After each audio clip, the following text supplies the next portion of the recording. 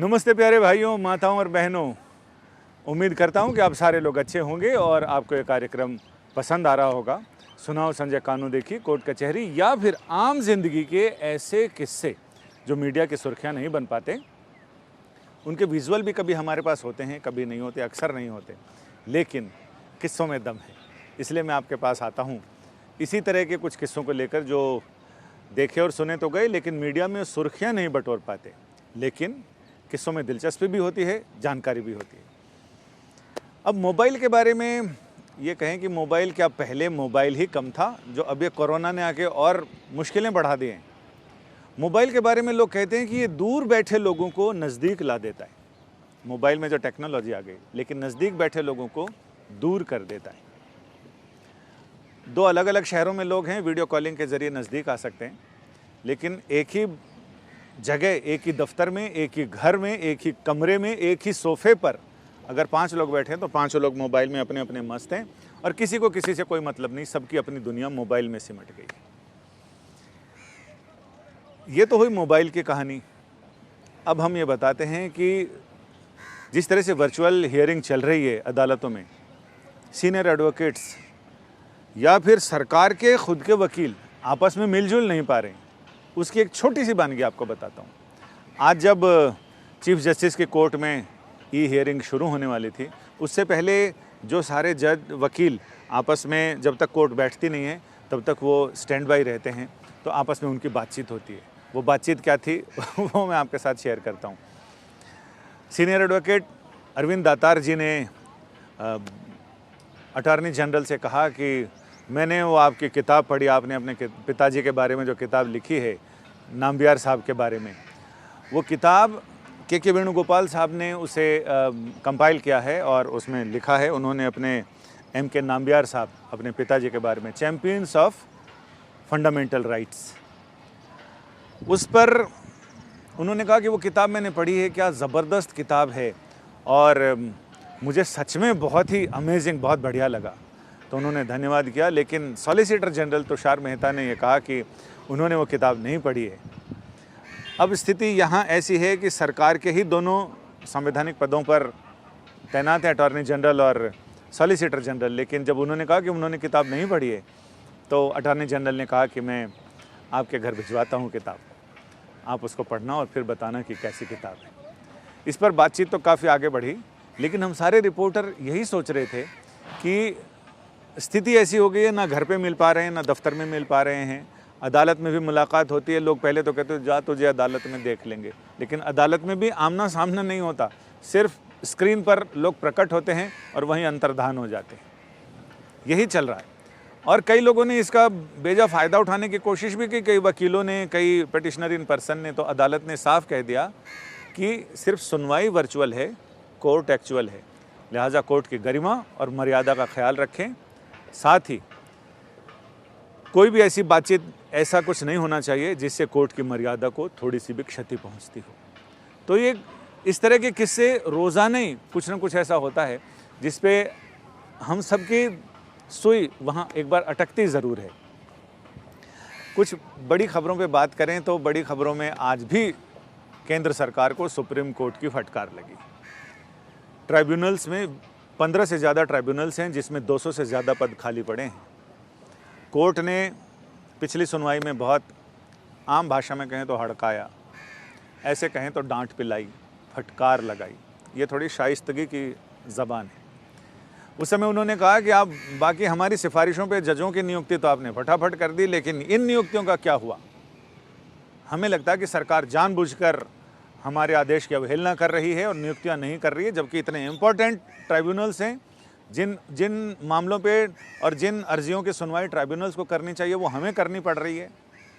Court ने कहा कि या तो आप 2 हफ्ते में, 2 महीने में आप ये नियुक्तियां करो, और नहीं तो हमें मालूम है कि नियुक्तियां कैसे हो सकती हैं, हम फिर आगे और कड़ा कदम उठा सकते हैं, हमें मजबूर ना किया जाए।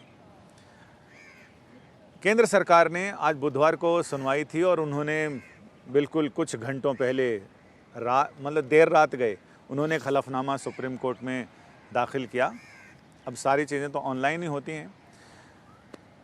सरकार को ये लगा था कि कोर्ट शाबाशी देगा, कोर्ट खुश होगा, लेकिन कोर्ट ने जिस तरह से अपनी नाराज़गी जताई आज भी, उन्होंने कहा कि हमारी सिफारिशें हमने कोरोना के दौरान जो चयन समिति है, सर्च एंड सेलेक्ट कमेटी, उसकी मीटिंग्स की, हज़ारों लोगों के बायोडेटाज देखे, उनसे बात की, उनके इंटरव्यू लिए, और ऐसे समय में भी हमने एक सिफारिश की एक लंबी सूची आपको दी। लेकिन आपने क्या किया? हमने अगर 15 लोगों की सिफारिश की, आपने 4 लोग हमारी सिफारिश में से माने और आपने बाकी सारे लोग अपने वेटिंग लिस्ट से भर्ती कर लिए। इसका क्या मतलब है? हम सारे लोग इतनी मेहनत कर रहे हैं और आपने क्या किया? आपने जो भी किया है, एक तफसील हलफनामा हमें चाहिए और आप ये कारण बताएंगे कि आपने हमारी सिफारिशों वाले नामों को साइडलाइन क्यों किया और अपने नाम क्यों आगे किए। तो ये तमाम चीज़ें अब सरकार को 2 हफ्ते में जवाब देना है। 2 हफ्ते की मोहलत दी गई है कि वो बताए। जो 84 नाम सरकार ये सोच कर आई थी कि 84 नियुक्तियां हमने कर दी हैं, अब तो कोर्ट की नाराज़गी दूर हो गई होगी, लेकिन दांव उल्टा पड़ गया।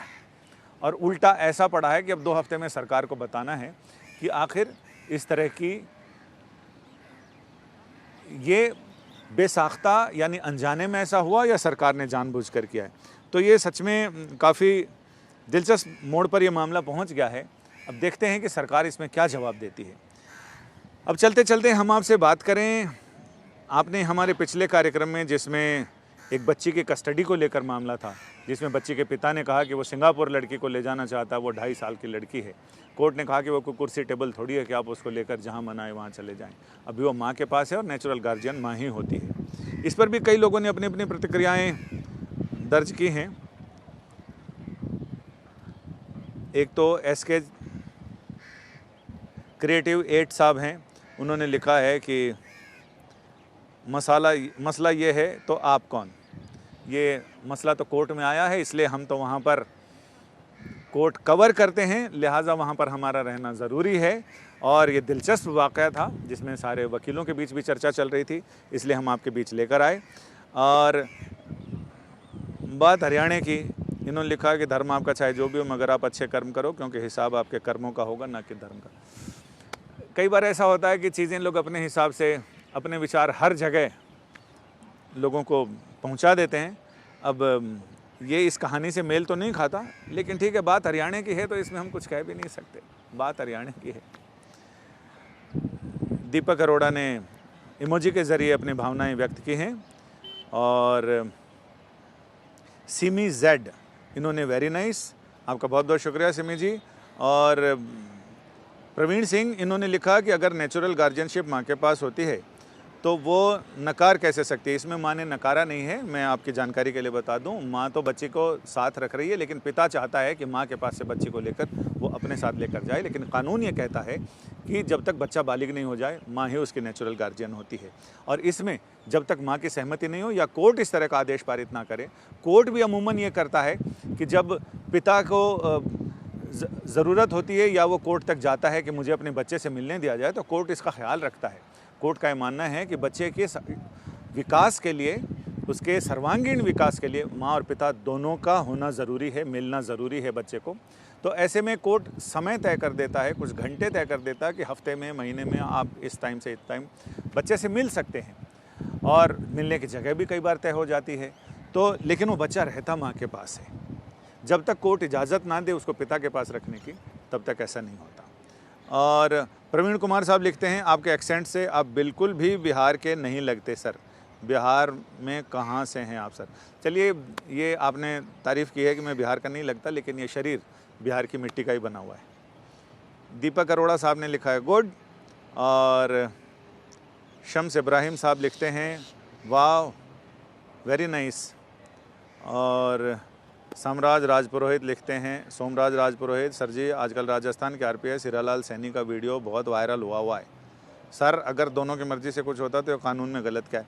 ठीक है, ये तो वायरल करने वाले लोग जाने, और उसमें दोनों की मर्ज़ी से हुआ, लेकिन कानून इसमें कुछ और भी कहता है। तो उसके लिए आपको और देखना पड़ेगा कि कई सारे कानून ऐसे भी हैं कि दोनों ने किया था प्यार मगर हमें याद रहा तुम भूल गए टाइप का मामला भी होता है, जिसमें एडल्ट्री के सेक्शन हैं, आप देखेंगे तो उसमें पता चलेगा कि जब दोनों आपसी सहमति से करते हैं, लेकिन सज़ा पुरुष को ही होती है, महिला को नहीं। और वो मामला सुप्रीम कोर्ट में 5 जजों की संविधान पीठ के सामने भी आया था।